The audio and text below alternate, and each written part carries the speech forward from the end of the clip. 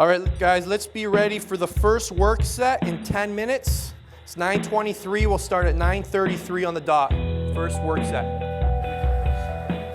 What we've got for you guys here on workout one are functional hypertrophy clusters, also known as rest pause training, also known as crash sets in my world. And these are excellent for building strength in a very safe way. So with group one, we've got Robert and John doing deadlifts. They're doing a hip dominant workout. Pull that bar right in. Get down, get down. Yeah, drop those hips, drop them back. Engage those traps. Boom. That's it. As you guys know, to get stronger, we need to constantly force our neuromuscular system to constantly adapt to different stimuli. We've got Shane and Zane doing an upper body push workout, so we'll be doing shoulders with them.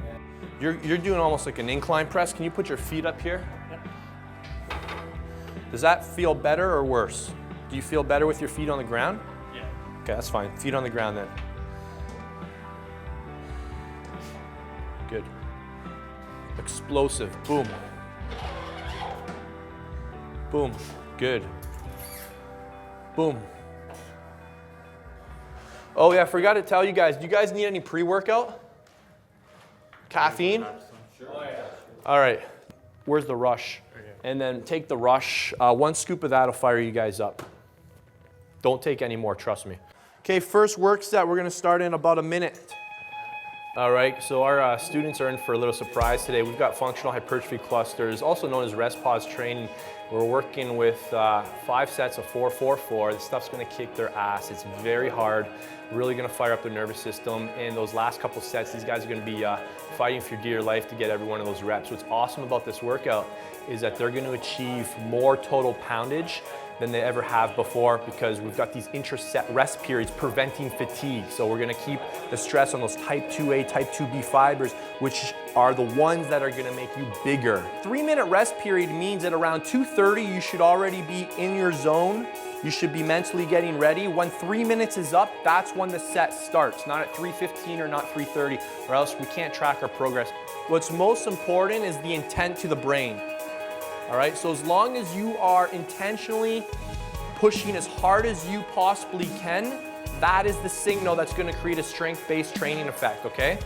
So just think intent is what we're after. Bodybuilding is something I just previously got into. So, as far as body development goes, I would say more shoulders and calves are really something I need to work on. So I know Vince is, a big proponent of tension, and I just came here today. I've learned a lot from him and Ben in the past through the program. So, I thought this would be a huge opportunity to come here and learn from him personally, to have him in your corner. Yeah, John, you could go up 20, 30 pounds easily. Just because you have straps on doesn't mean you don't have to grip it. You're forgetting, use your glutes. Come on, use those glutes. Glutes. That's better. You got some big ass muscles, use them. As the workout was getting tough, I was telling myself, essentially all there is to it is just don't quit. Concentrate on the cues, concentrate on form.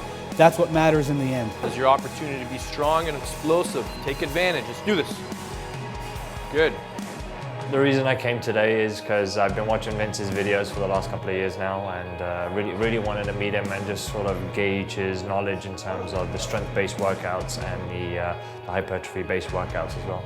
I'm not touching the bar. Let's go. Up. Finish it.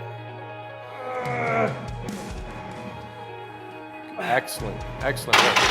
When you guys are training for strength, one of the keys is to get focused on the next set, no matter what happened with the last set. Even if it was a crappy set, you weren't satisfied with your performance, the set's done, kick the wall, get pissed off, do whatever, get focused on the next set.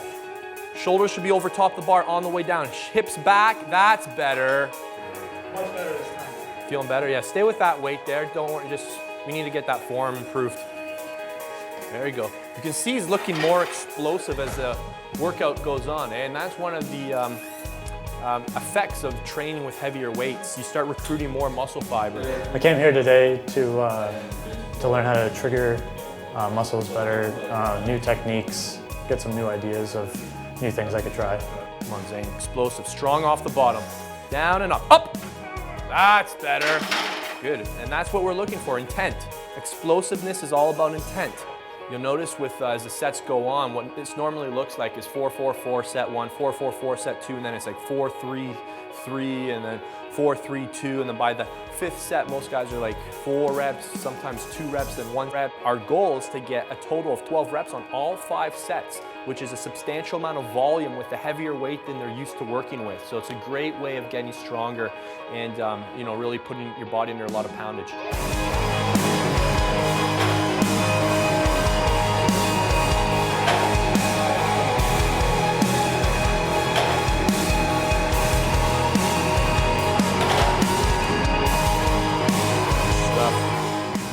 You can add another 20 pounds easy. When you're pressing, don't lift your feet up. You're taking away your strength. So keep constant contact with the bench. Drive your feet into the floor as you press. On your last set, the tendency is to start trying to be a hero. Yes, we want to push, but don't get stupid. Just because it's the last set, remember, we want to finish on a high note, so stay in control. There you go. Drive. Up. That's better.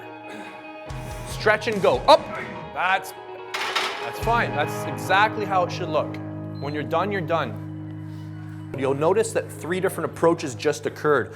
With John doing the deadlifts, he started off light, kind of pacing himself, and then he kind of brought it on hard at the end, and he was adding weight every set. That's one approach. Another approach is, as you saw with Robert, he started off really heavy, so he went out really hard, and then he had to he fell off the pace, so to speak, and his weights came down to stick to the sets and reps prescribed. And then you'll notice our shoulder press group, they stuck with the same weight the entire time. All right, guys, so listen up. What we're gonna do, our shoulder press group is gonna do 5 sets of 6 to 8, one-arm shoulder press.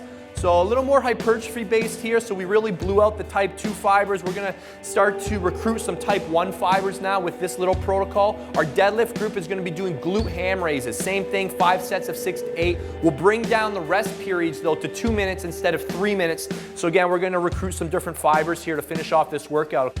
Explode.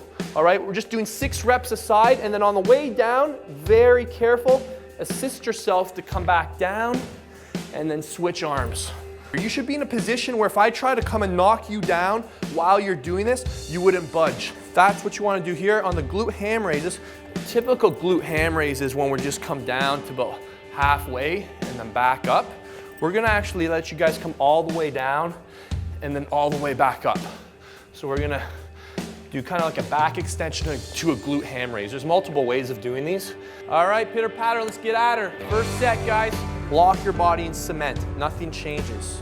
There you go. I want this to stay on your shoulder, on the muscle.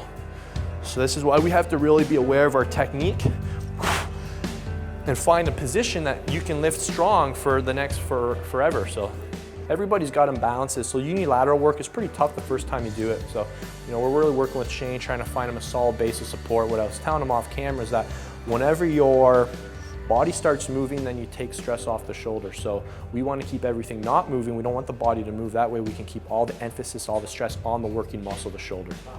Zane, can you try and keep your wrists straighter like that? Straight.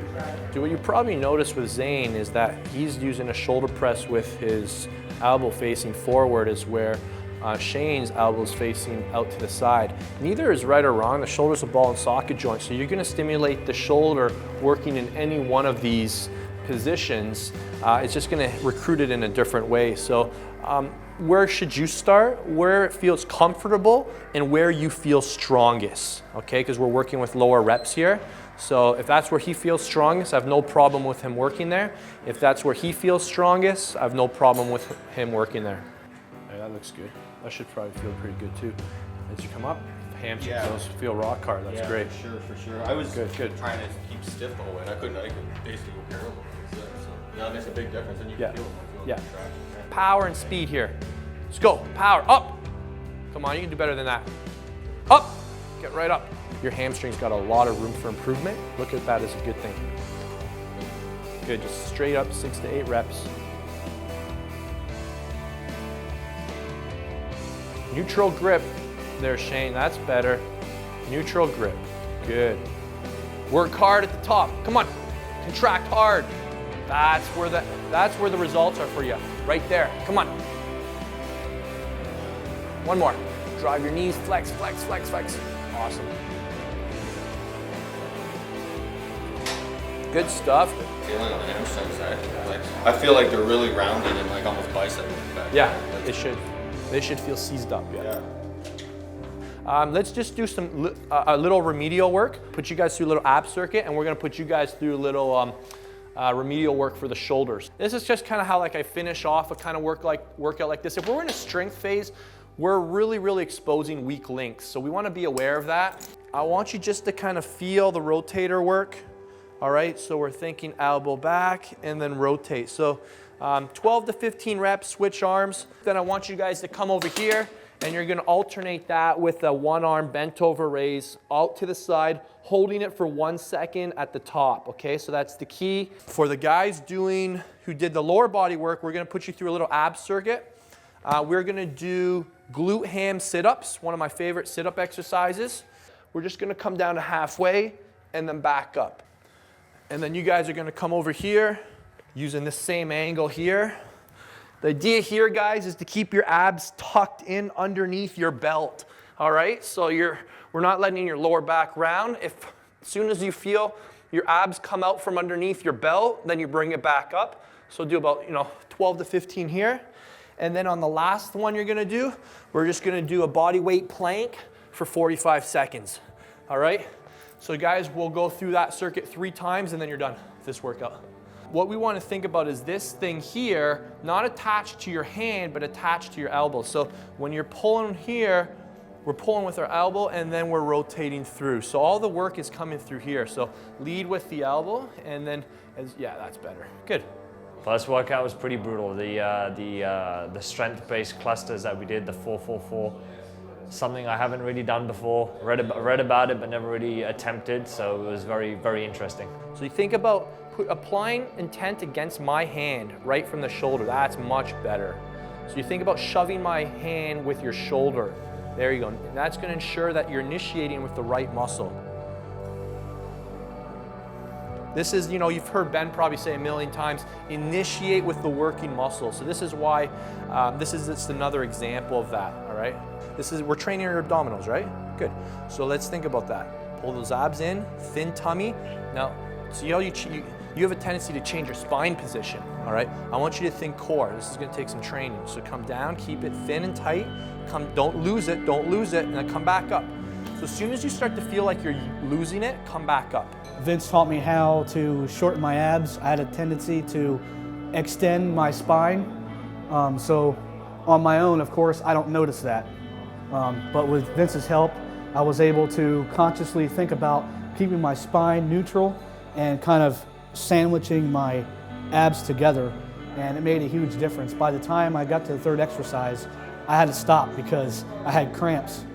So for most people, this is going to be a very small range of motion, and it's retraining your abs how to contract and how to engage them. So let it come off, keep your abs on, pull it in, shorten it up. Now release and come back up as soon as you feel like you lose it.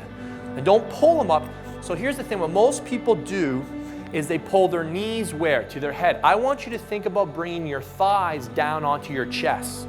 As it got tougher, form and technique, don't let it break down, because then you're gonna be doing other things. That's where injuries are gonna come into place. So, you wanna push weight and everything, but safety first, so. All right, so we're done workout 1.